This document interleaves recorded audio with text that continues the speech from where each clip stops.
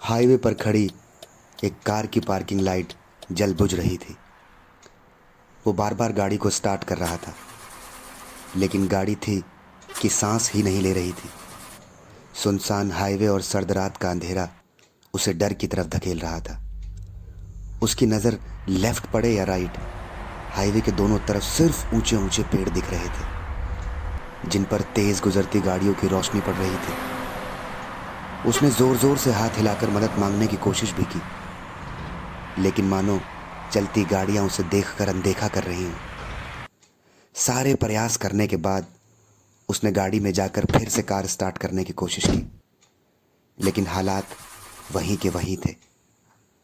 अब कबीर का हौसला रात के अंधेरे के सामने हारता दिख रहा था।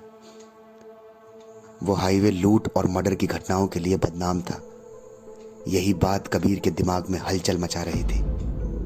डर उस पर हावी होने लगा था, और तभी अचानक एक गाड़ी ओवरटेक कर बिल्कुल उसकी गाड़ी के सामने रुकी। इतने में वो कुछ समझता, गाड़ी से एक लंबा आदमी जिसने लॉन्ग कोट पहना हुआ था गाड़ी से उतरकर उसकी कार की तरफ बढ़ा। पार्किंग लाइट के जलने बुझने की वजह से आदमी का चेहरा साफ नहीं दिख रहा था। कबीर ने डर के मारे अपनी गाड़ी के शीशे चढ़ा लिए। तभी लंबा आदमी कार की विंडो से झांकता है, और अब उसका चेहरा साफ दिख रहा था। उसने इशारा कर गाड़ी की विंडो का शीशा नीचे करने को कहा। कबीर बहुत डर गया था।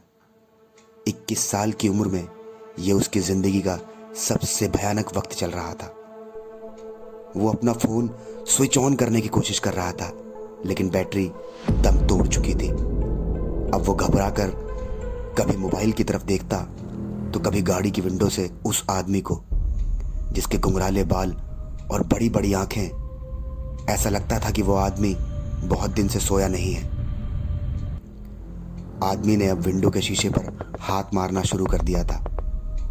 वो कबीर को जोर भरी आवाज में कुछ कहना चाह रहा था। कबीर कुछ समझ नहीं पा रहा था कि वो आदमी मददगार है या उसके लिए मुसीबत।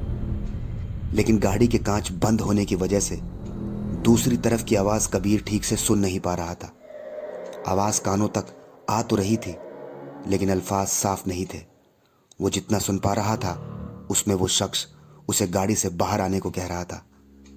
कबीर ने शीशा उतारने से मना कर दिया और चिल्लाकर कहा कि वो ठीक है और थोड़ी देर में मदद आने ही वाली है, उसने कॉल कर दिया है। कबीर भगवान से बस यही दुआ कर रहा था कि वो आज बच जाए, और शायद ऊपर वाले ने उसकी सुन ली।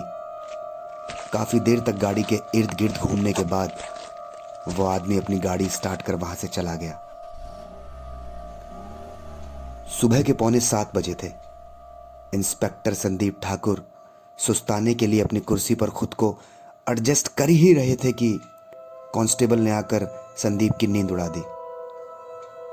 उसने बताया कि हाईवे पर एक जवान लड़के की लाश मिली है, और लाश के पास से ना तो कोई मोबाइल और ना ही पर्स बरामद हुआ है, लेकिन एक कार मिली है जो बंद पड़ी है। संदीप अपनी कुर्सी से चौंक कर खड़ा हो गया, और कुछ देर खामोश रहने के बाद उसने कहा कि काश वो अगर मेरी बात मान लेता तो मैं उसकी मदद कर सकता था।